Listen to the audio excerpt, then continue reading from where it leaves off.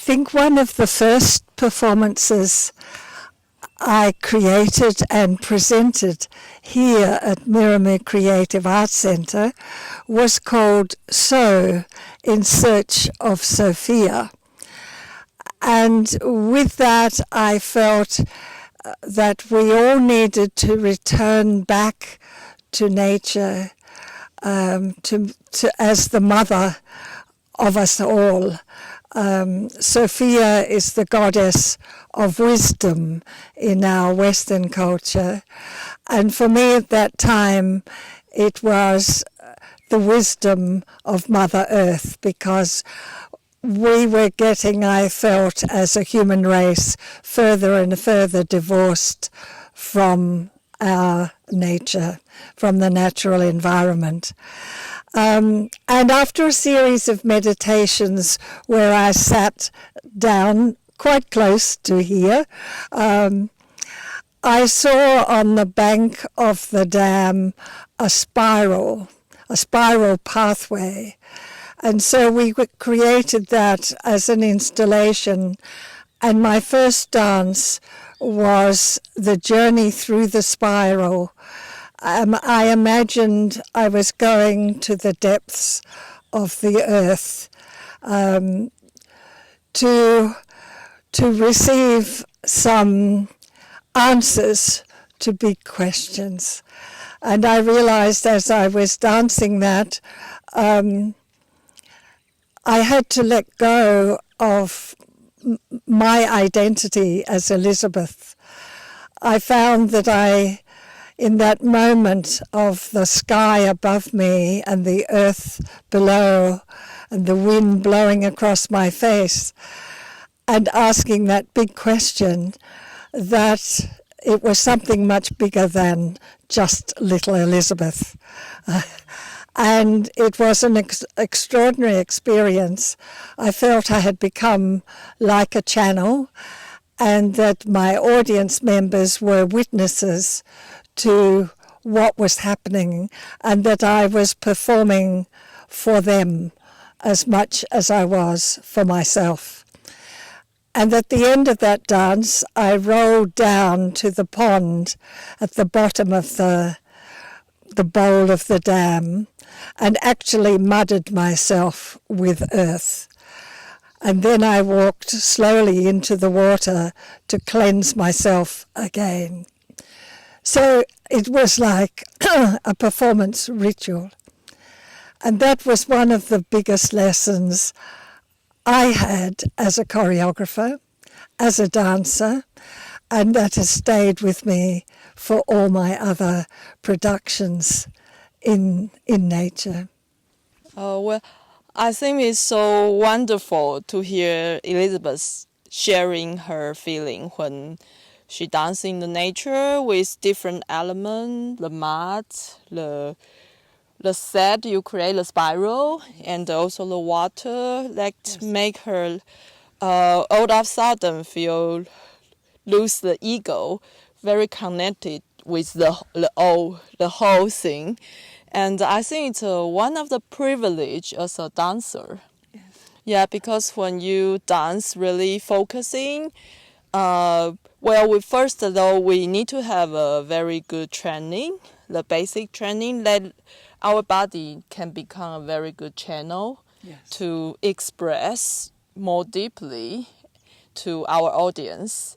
Well, but once you have this kind of training and you have the chance to really dance, especially for us, dance in nature, because you can always be inspired in big thing and a tiny thing into your body. For me, it's a very powerful moment. When you realize, you say losing of ego, for me, sometimes I will feel I'm not only the human being.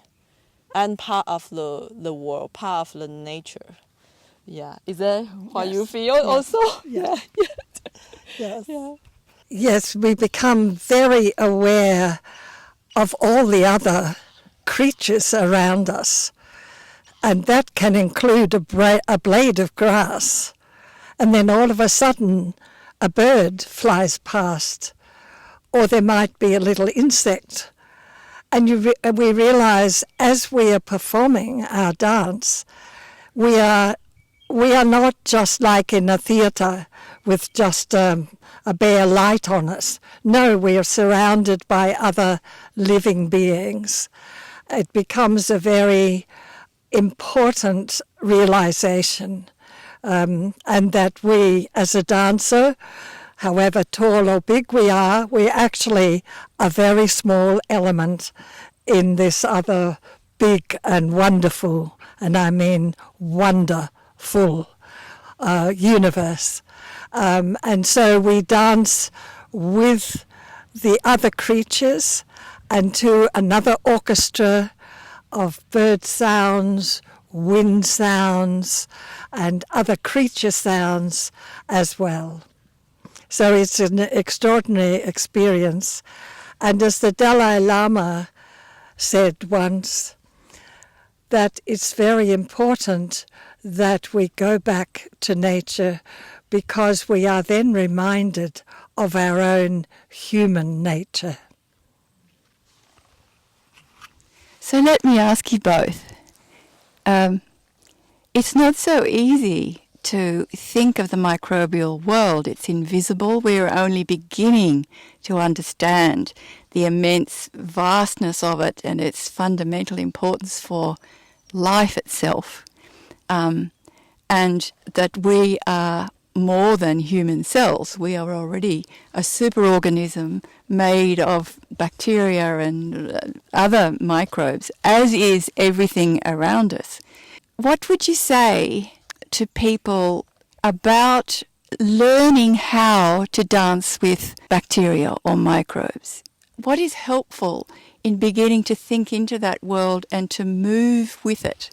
What is the importance of movement? And, you know, how important is this for every human? That's quite a big question, Mary. But just a few flash ideas came. One is flexibility. And of course, in our dance training, that's number one. We have to learn to be flexible. And then if we translate that not only to our muscles and the physical part of our body, the more that we dance, the more we're in touch with our mind and with our spirit. And that flexibility moves through all of those different parts of who we are. And I think, I know that when I dance, I feel like I get closer to other levels of existence or other dimensions, not just the ones that we can analyze or even talk about, but I become more and more aware that there's a lot of other wonderful, dimensions that are out there. And I think the world that you're talking about, the microisms and the bacteria life, that is something that I think we can begin even physically to come in touch with more often. I want to share something very simple. For me, it's through your breath. Well, everyone need to breathe, and especially it's very important in dance because we need to using the whole body. I think for the other arts the same, like musician and but anyway in dance, breathing, it's also all the time dancing. Actually, during the pandemic, we need to be very careful about our breath.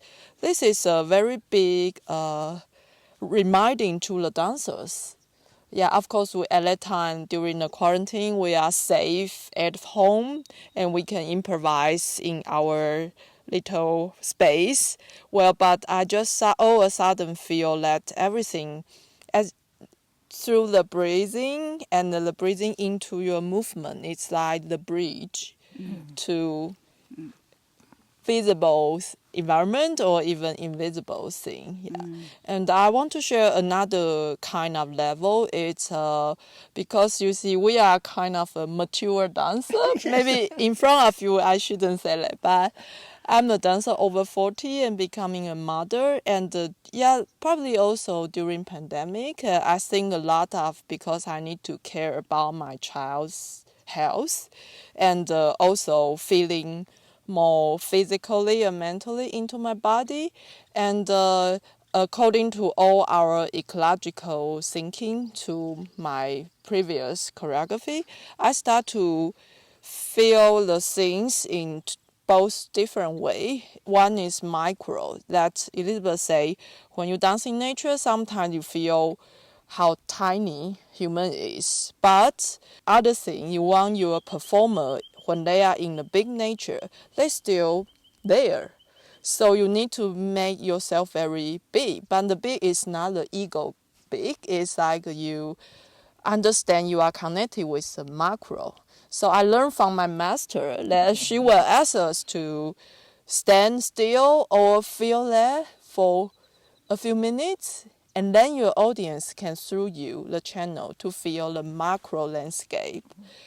But sometimes during my improvisation, when I go very detailedly, I start to feel very, I would say it's a micro way. So I shared to Mary, probably I feel my micro big system are driving me.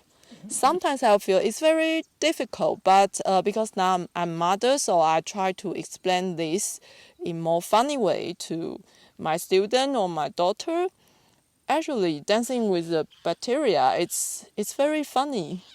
Funny and encouraging things. Yeah, it's not, we fear of the things we cannot see. It's embarrassing and feel sympathy.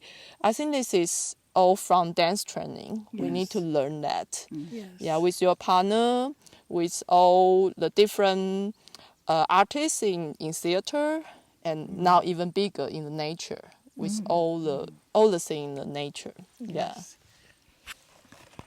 Let me ask you one final question.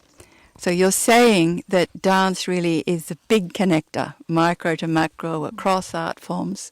Have you got any reflections on the importance to humans going way back in indigenous cultures, the importance of dance? Have you got a few reflections on that? I believe dance is the big connector. When we're born, the first thing we do is move and cry. The first way to communicate is with movement, is with dancing. And in all indigenous cultures and in our own ancestral cultures, dance was the most important way of connecting with each other, of passing on knowledge, working out different strategies and different ways of living.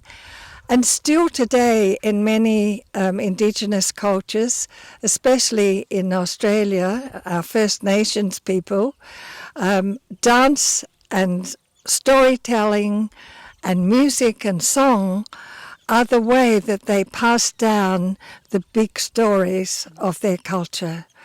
And I think that we have an enormous amount to learn and to remember from our own indigenous cultures how important that way of living, that way of passing on knowledge, that way of connecting to the land and to the cosmos. So easily we threw that away, and more importantly, we now need to regain that way of thinking so that we live in harmony with all levels of existence and with Mother Earth. She already said everything. Yes, very beautiful. But yeah, I just want to mention because dance is embodiment. Yeah, so I think I will encourage every one of you try to dance a little bit every day. It makes you Well, not always happy, but it's about your expression. And once you can expression, and you can open more deeper sensation. Yeah, and it helps a lot mentally or physically. Yeah. Thank you both very much, Elizabeth Delman Cameron and Peng Xiaoying.